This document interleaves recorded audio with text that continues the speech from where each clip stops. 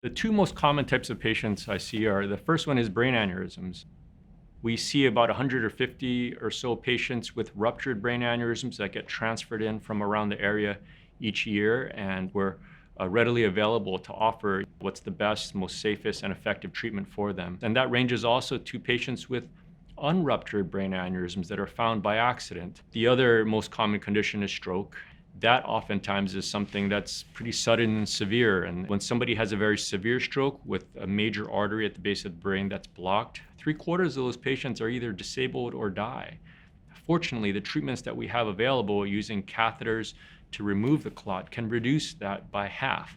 So it's a pretty powerful therapy, but the key is that we can deliver it quickly. So a lot of that relies on us to develop the workflow such that when patients come to Rush, we can mobilize our team and deliver that therapy as efficiently and as effectively as possible. And it's hard to imagine anything in medicine more gratifying than seeing somebody with paralysis on one side and inability to speak all of a sudden be able to regain that function because we're able to restore blood flow to their brain.